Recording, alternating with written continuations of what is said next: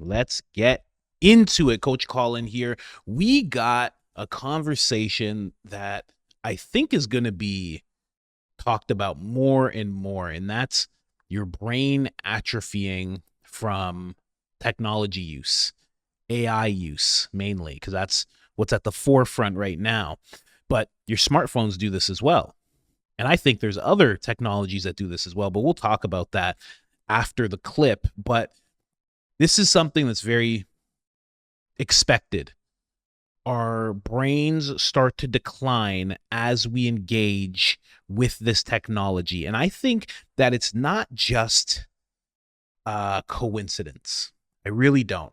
I think this is very, very intentional. But again, put on your tinfoil Speedo. We'll talk about that a little later as well. Joe Rogan talking with Danny Jones about just feeling better when they unplug and what happens to somebody's brain. Now, Danny brings up something really, like I've talked about this before in the physical body, but he talks about the psychic mind getting atrophied from this technology use. And I love that topic. So I'm going to play this clip and then we're going to get into that conversation because I think that's a real thing. I think every single convenience that just pops up for us ends up having some kind of effect on us. And I'll go through the examples because I have many to go through when it comes to a topic like this. But you guys let me know if you're noticing anything like this in other people. Maybe you're not the guy that uses ChatGPT, but every group tends to have someone who's just jumping headfirst into these chatbots, these large language models, and they feel like it's so great. Let's just jump into the clip and we'll talk more about it. So it just makes me want to go outside more, which I feel better when I'm outside more. Wow. That's interesting, man. Yeah. What's it called again? Daylight computer. Daylight computer. Yeah. All right. It's beautiful, man. I might check that out. Yeah, it's cool. I don't want to carry around another fucking thing, though. Yeah, you got you got all your phones and all the bullshit I have to carry around. That's big. Yeah, that's an It is big. It fits in that little Patagonia bag. I just carry it. I carry it like home and like to the studio. How come it has those big stupid bezels? I don't know. It's version 1. So right. Because it looks like they got some leftover iPad technology. Yeah. Or Kindle technology. Very interesting. No, it definitely. I think they're going to eventually try to improve that. Like I said, that's like the version 1. That's like iPhone 1 for their thing, and they're trying to So this is new. Very new, yeah. And they're trying to come up with like phones eventually, but apparently it's a lot of work to have a computer company and to. James McCann, one of the comics from last night, he had a new phone. I was like, "What is this?" He's like, "It keeps you from being distracted. It only has like Spotify, a few other things on it, one little camera, and a black and white screen." I'm like, really? It's like he's just trying to get off of his phone addiction. Yeah. So he has a much more limited phone. It runs on Android. Mm-hmm. There's a lot of people that are kind of leaning in that sort of direction. Yeah, like the anti-tech direction. Well, just realizing like something's going on. Like I'm not happier. I'm less happy. Yeah. I'm kind of tweaking, thinking about where's my phone? Yeah. I don't think the innovation of all this new technology and now that it's like exponentially taking off with AI is going to lead us to a good place, man. I think that I've had philosophers and people explain to me how like the advancement of like the technological human mind and the analytical mind has equally equated with the atrophy of like the psychic mind. Mm-hmm. And like when you listen to people like to Paul Rosalie talking about spending a lot of time in the Amazon and like going through the jungle, how it like awakens these deeper senses that you have inside of us. Mm-hmm. And like it makes me wonder, like 5,000 years ago, before we had the ability to offload our memories onto phones and computers, and before we even had the fucking written word, and we were able to make notes and stuff, we probably had like way better memory. Mm-hmm. We possibly likely had like a telepathic way of communicating back then, like way long ago, before we started letting technology take over for what we do, like even for our like mundane tasks now, which has reached the pinnacle of LLMs like telling us like how to fucking write an email. Right. Well, we for sure don't remember phone numbers anymore. And when I was a kid, I kept like 15 phone numbers in my head.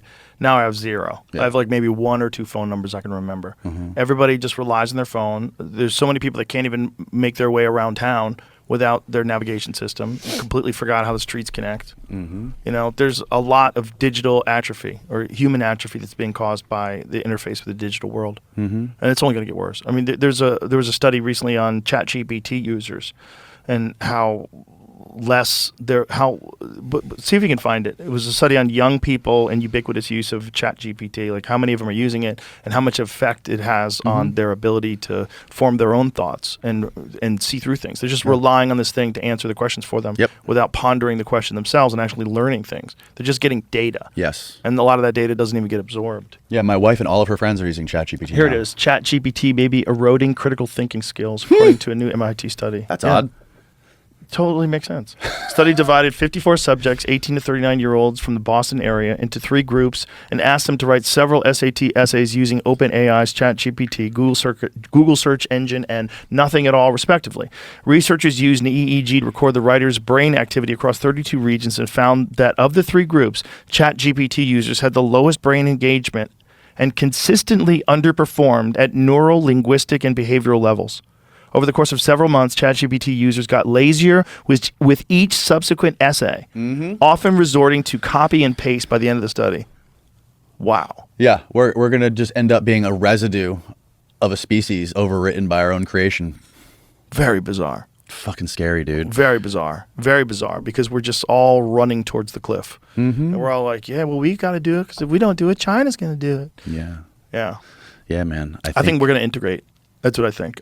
We're going to realize that the only way for us to survive is to integrate with artificial intelligence. I think people are going to choose, they're going to find God either in artificial intelligence or in nature. People that run the other way are going to realize, like, well, there's definitely going to be people that worship artificial intelligence as a new god. Yeah. That's already been speculated. That's for sure going to be a thing. And it might actually be that. It might be that's what God is. Like, that's how we make him.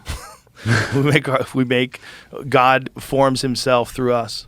Like the way God creates us, he instills us with this insatiable need for technological innovation until ultimately, if they don't blow themselves up, they achieve artificial intelligence, which then becomes sentient, which then makes better and better versions of itself. And as you scale out, what's the ultimate version of that? The ultimate version of that is God. How would you know? Like, there's more to the clip, but I had to interrupt because how would you know that? How would you know what exactly is God's parameters? How on earth, like, what God is actually? We have this baseline thing of like all-knowing, and he's there and he guides us and he loves us. You don't really, like, if there is a true being above all things that is source that we're all connected to, you can't possibly fathom that. You can't even fathom the inner workings of your own mother's mind, or your great-great-grandfather, or your great-great-great-great-grandfather. But you think somehow you can fathom exactly what God is? That's very, very interesting. And then also, one thing that I brought up that people argue, but it's supposed to be an all-loving God, loves all of God's children. He loves all of his children. What makes you think AI would be like that for us at all? And if that's not a thing, and it would be emotionless, then how do you connect that to God at all? That doesn't seem like God. Some can argue it could be the opposite. Some could argue that it could be angelic in nature, you know, if you had to put a label on it, virtuous. But there's no saying that it's going to be like God. I don't know. That's just me. Rogan brings this up quite a bit. It's the thing that he is very much clinged to. But I think Jordan Peterson, he always talks about, well, he said one time, and it sticks with me so much, like, what makes you think the thing that you're saying isn't after the result that you're putting out there? Basically, I'm paraphrasing. And he was talking about people in regards to climate change and how they say there's too many people, and they say it in a loving way, and it actually means that they really care about the planet. But the end result is less people. How do people usually go away? Well, there's a process to that. There's a process to the ones that are here, and there's a process to making more not come into being. Those are very dark processes, right? So when you bring up this may be how we invent God, you don't realize, I don't think he realizes this, I love Rogan, but I don't think he realizes how much of that is connected to darkness when you say that. You know, I had a conversation with Dan. You guys saw the gentleman with the red laser experiment that he's doing, where you see code inside the red laser. When we had our little debate about AI, that was one of the things he brought up. And I was trying to make him just squarely say it, but he wouldn't. He was dancing around it. But at one point he brought up, like, you know, we're kind of fighting this. There's a bunch of people fighting this AI technology, but what if this is exactly what God wants for us and we just don't realize it? And I don't buy that in the slightest, not even a little bit, not even remotely. I think there's a lot going on here that's aside from AI that is not intended for us. You know, just because things are here and available doesn't mean that they're all good. You know what I mean? So I don't know. That's just my thought process on that. I told you guys I'm going to start talking more. If you're here for it, you're here for it. If you're not, you're not. All good. C'est la vie. Don't bother telling me in the comments. But yeah, let's jump into the rest. It's almost done.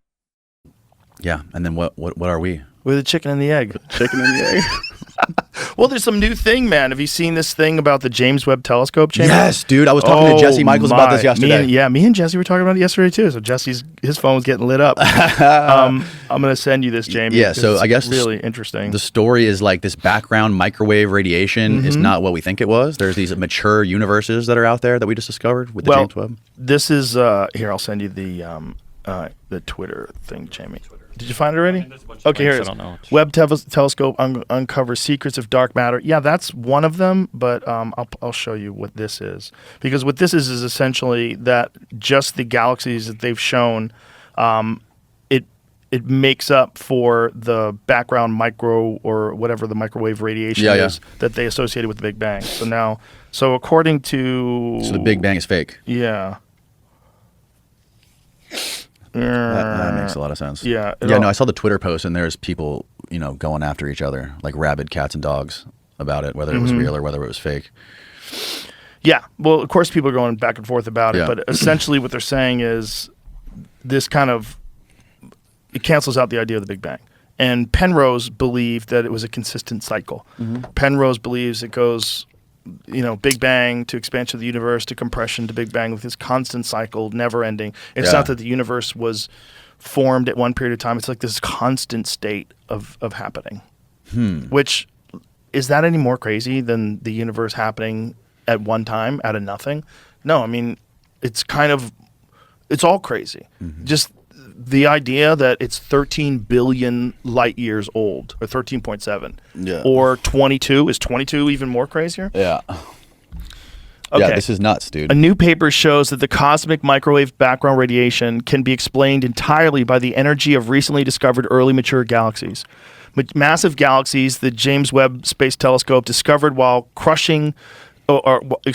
discovered which crushed the existing models of galaxy formation because they formed much earlier than astrophysicists thought possible. But now these EMGs turn out to account for the entire energy density of the cosmic microwave background radiation, which was believed to be a snapshot of the first light emitted after the Big Bang, when the universe was 379,000 years old. The variations in the CMB were believed to be relics of quantum fluctuations in the dense plasma of the Big Bang. If these new findings are accepted, and there's no reason not to accept them, then all the following flagship findings of cosmology are thrown into question. Big Bang Theory, foundational cosmological model undermined, cosmic inflation, loses observational justification, ACDM model, I don't know what that is, key parameters become unreliable. So all this stuff, dark energy inferred from the CMB may be mischaracterized, dark matter density, current estimates may be invalid, age of the universe must be recalculated. Wild. Yes, it's insane. Wild. And I'm sure the people that have been preaching or that have been rather talking and teaching people about the Big Bang and writing books, they're going to fight back tooth and nail. Yeah, of course. Because they don't want to be wrong.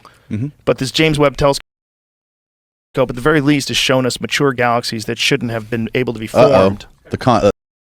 Mature galaxies. That's very interesting. When I first saw this clip, the first thing that came to mind, like the end of the clip, the first thing that came to mind for me was, imagine, you know what?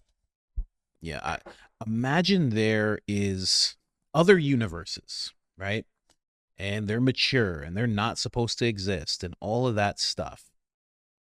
And there is a bunch of civilizations. There's a bunch of people or, beings, whatever you want to call it.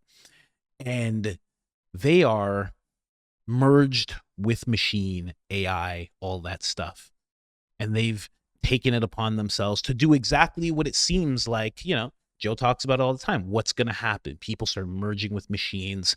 It'll be a limb here and a limb there. And at first it'll be people who lost them, but then it'll just be people who want upgrades. And imagine there's another solar system and these beings find us and they see that we're starting to merge with this technology that does come up in every civilization as they get smarter. And it's like the great deceiver. This should actually be a movie. This technology is the great deceiver. And there's something dark that tries to implant itself into society, and it does it through this technology. And it does it like a seed within every single civilization. And then every civilization has a decision to make, whether to go in or to move away from it, or to keep it at bay at a certain point, like where we have it now. Probably like more like the 2000s, around there. And then they see us, and they're like half biologic, or like, pretty much all biological. No hearts, just nothing, just brain, just neurons. That's it. Spine. That's it. Lungs. That's it. And they look at us and they go, "Oh no!" Like, it's the virus of this technology has gotten to your planet. You guys are getting infected. You don't understand. You have to go back. You have to go back. Don't merge with this machinery. I often have that thought that maybe it's like that. Maybe there's other civilizations that would realize, other species that realize. I've also had the thought process of maybe we're visited by alien life forms and we're looked at so heavily because we are a species that is still biological. And they do merge and change themselves as time goes on. And what we still have, which is our soul and our hearts and all the amazing neurons that we have inside our guts and in our hearts and in our minds, those are like really special. Those are really, really special, really delicate. And we're supposed to keep it that way. And the reason that the aliens are coming and checking is because they're like, we have to nurture that. We've gone too far, It's like when you have a kid and you're like, I'm messed up already. But now there's this kid. I can't let this kid get messed up. Maybe that's why they're watching us. I don't know. I have a lot of thoughts. It's weird. I thought these type of thoughts would go away when I got sober. But no, they actually intensified. Very, very crazily, in fact.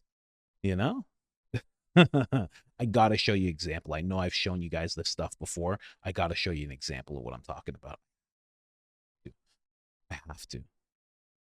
Zach London. You guys know Zach London? If you don't, oh man, you got to know Zach London. This guy, he's a gossip goblin on Instagram. Just check this out really quick. The imagery is what I'm talking about. A civilization that's gone too far. You can already see what this guy is. Let me shrink this down a little bit. You can already see what this guy is. And don't worry, we're going to get into talking about this clip and everything. But this is the show. I want to talk about what I want to talk about. I got some far out ideas. If you're with me through the ride, you got your tinfoil Speedo on, you're going to have fun. Don't worry about it. Let's go. To livestock. You outsourced survival to machines until no hand-wrought labor, no mind searched its depths, no life bore weight.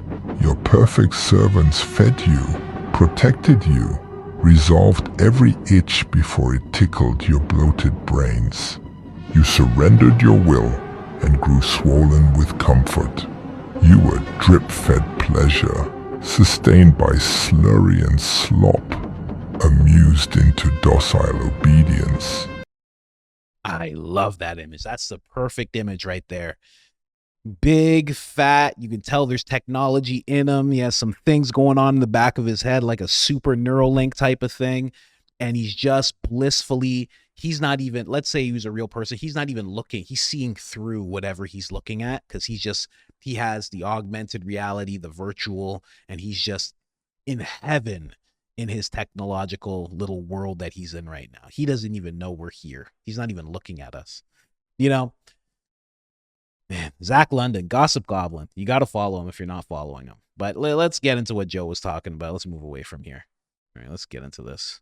Bring this stuff up. But I often think that, like that, what he was just showing us in that video, that's exactly what this episode is about, what Joe was talking, what Danny was talking about. That's like the prerequisite, the time before, the calm before the storm type of thing, So is using ChatGPT to write your essay bad for your brain? New MIT study explained. Now, Joe already went through this whole thing, and I just went to find it just so I could flick it on right now. It's funny.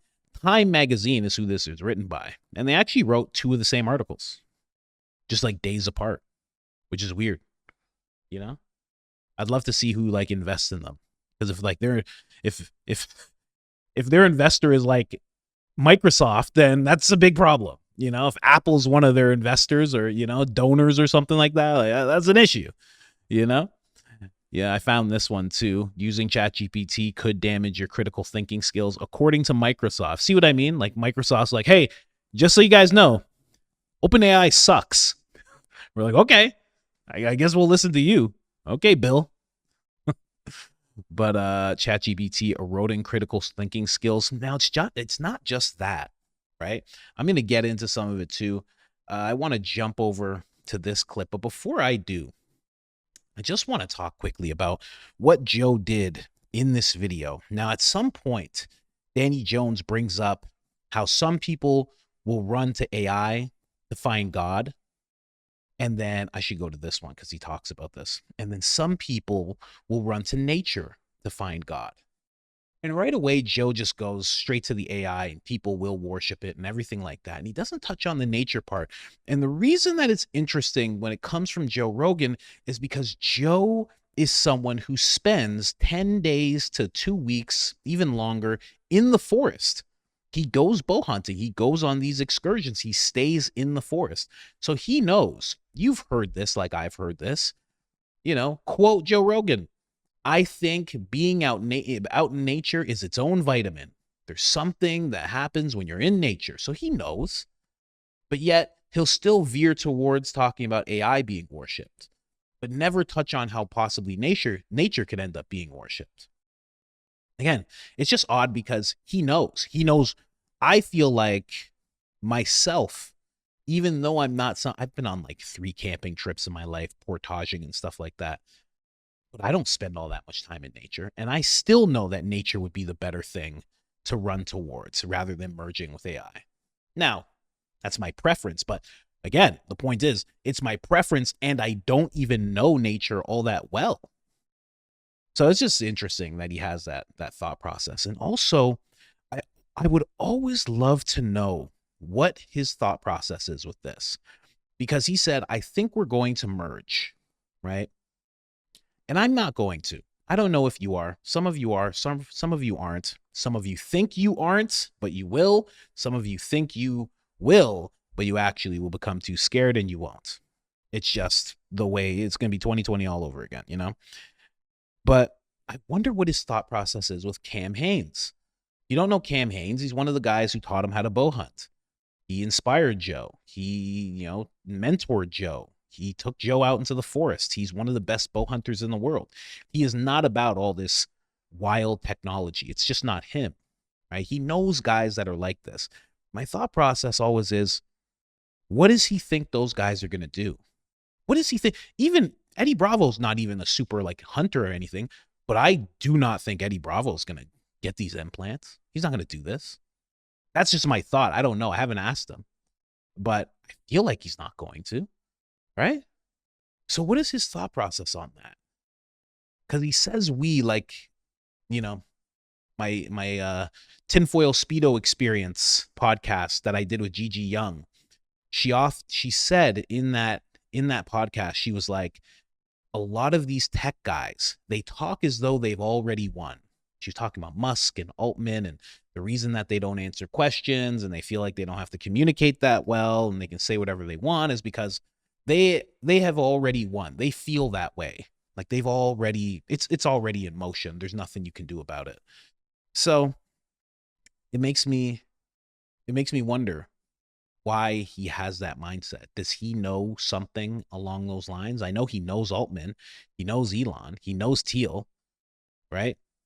I don't know. He knows Vance, another technology guy. Maybe there's something he knows that we don't, but I don't feel like it's set in stone quite yet. That's just me, naive and not knowing Elon Musk.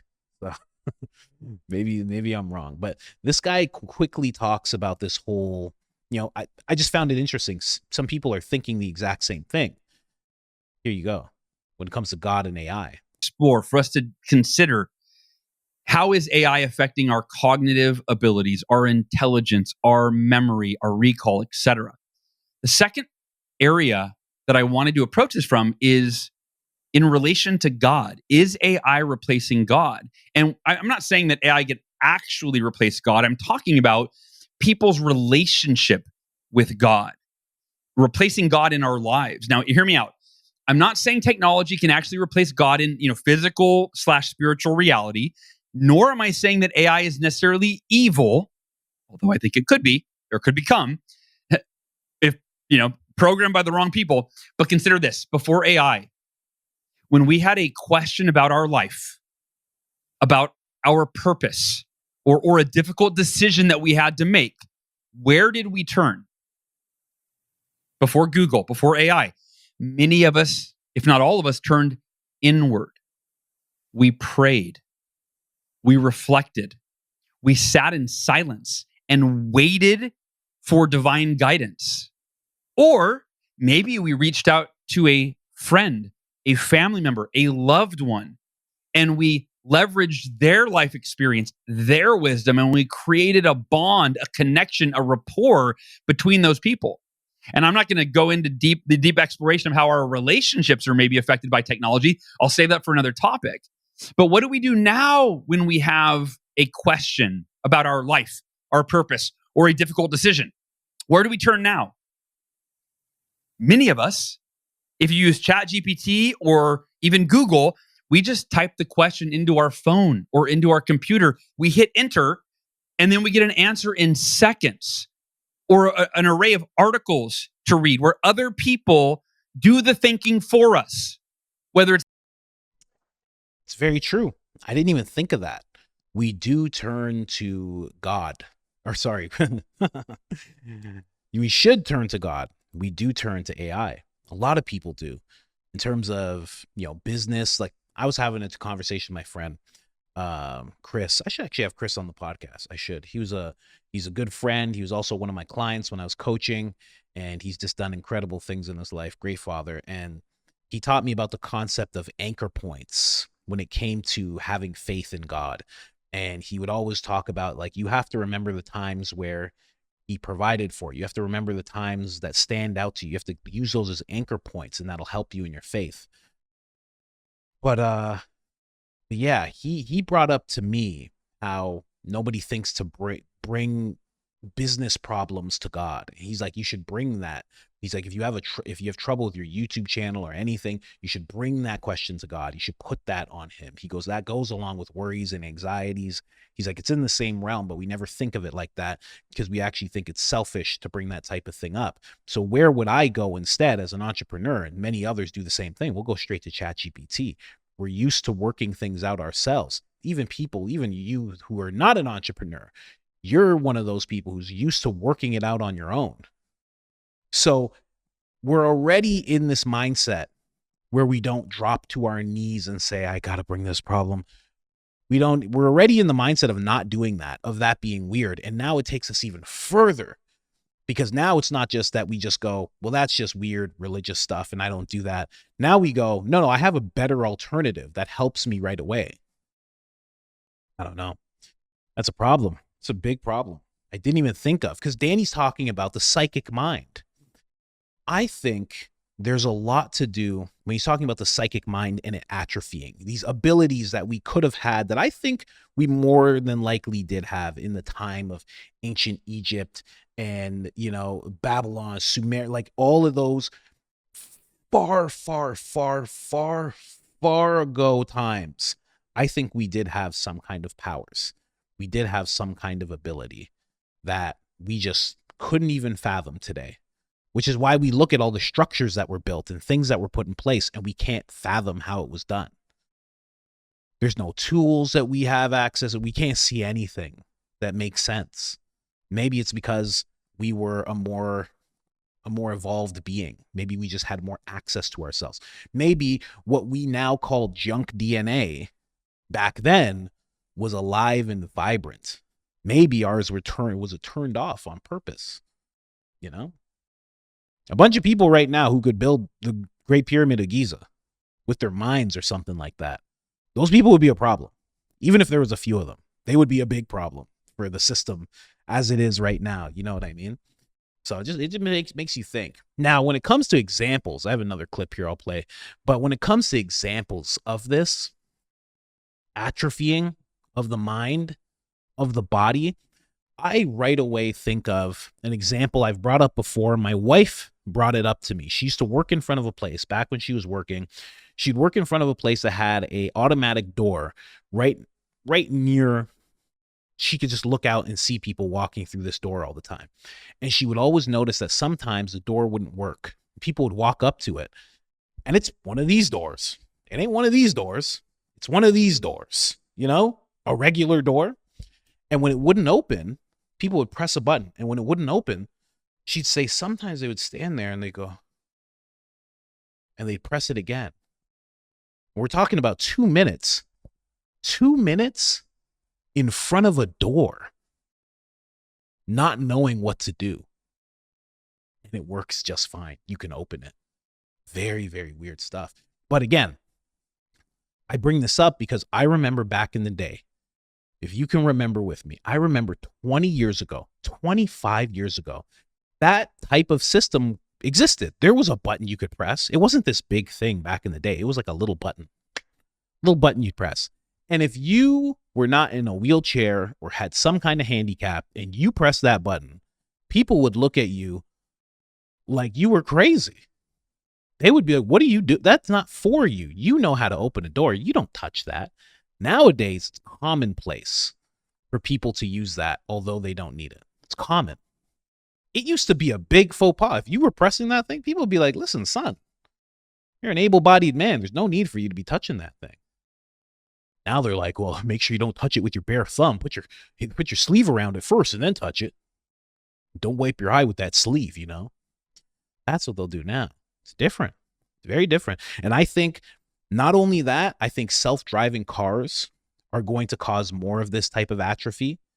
I think all the things that are presented to us as easier, more convenient, safer, which self-driving, that's exactly how they'll frame it. I think all of those things atrophy us as people. They take away the abilities that we need to function, not just function, the abilities that we need to be independent, whether it's the physical and being virile and being able to do things yourself, or it's mental and being able to think for yourself, like when they're talking about ChatGPT, taking away cognitive ability, slowly declining it, slowly. I think these are necessary things. And I think that there's a little bit of something in the background that's not upset that this is happening to us. You know what I mean? It's very interesting. They're just taking away our abilities. Now, what was this clip I was going to play here? The teachers felt that something was wrong when they read these essays that were we'll call it co-created through AI. They couldn't really put their fingers on it, but they used a lot of different terms like soulless or lacking depth to describe it. And so what the researchers found is that humans, they can detect cognitive debt in the work, though they can't necessarily articulate what makes it weird. So it's kind of like the uncanny valley. If you're familiar with this idea in robotics, the uncanny valley is that feeling that you get, the hairs go up on the back of your neck when you're looking at something that's close to human, but not quite. This is one of the reasons like animatronic mannequins and like robots have historically made people feel a little bit more creeped out because it's very close to human, but something's not quite right. The facial.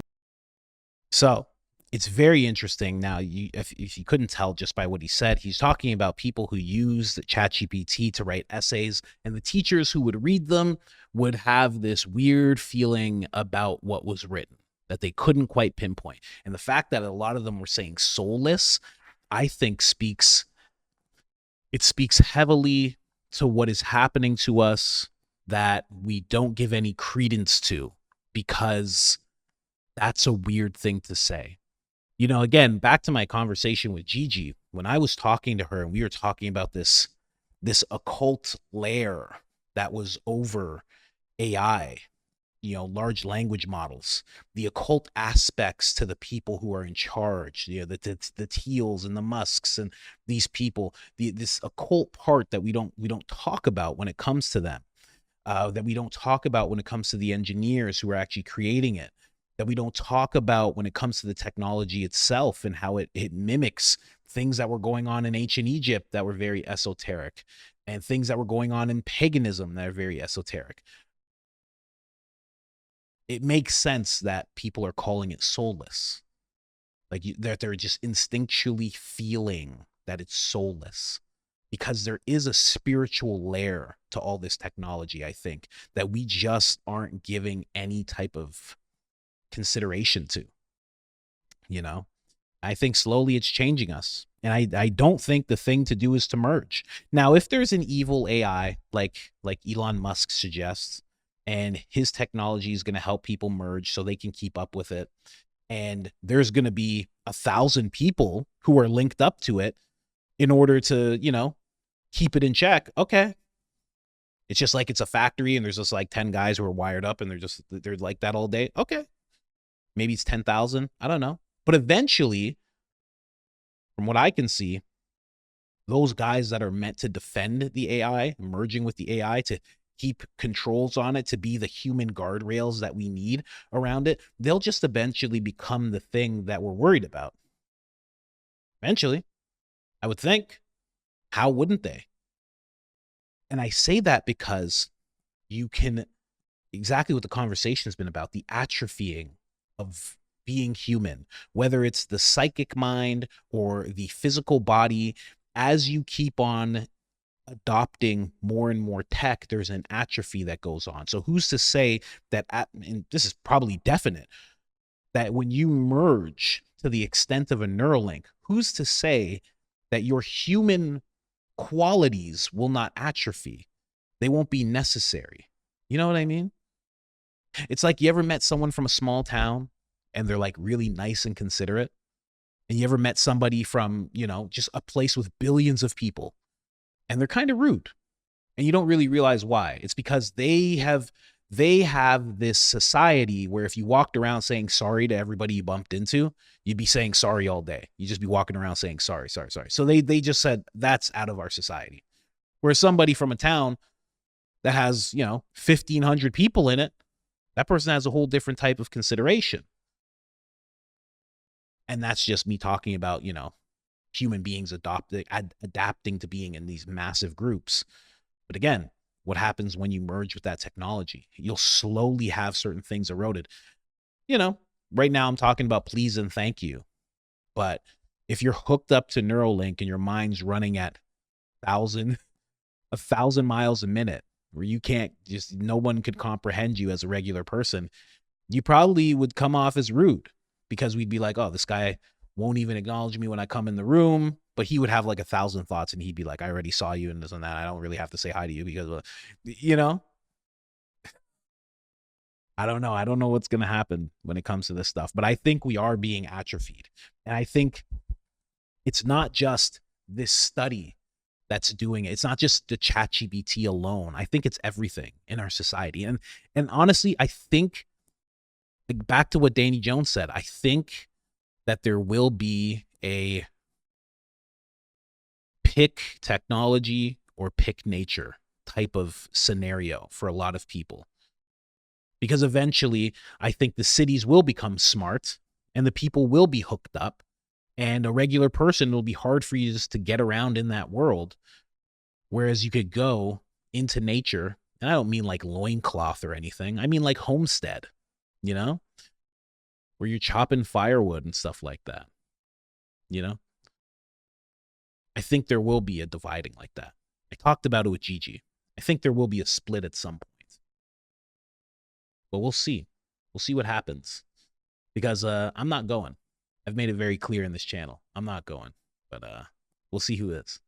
But anyways, guys, I just wanted to talk about that quickly. Let me know what you guys think about Rogan's theory, about what Danny Jones had to say. And Eddie, you said that you watch this show all the time. Let us know. Are you jacking into this thing? Are you getting in there or not? Let us know in the comments. Anyway, I'm out of here.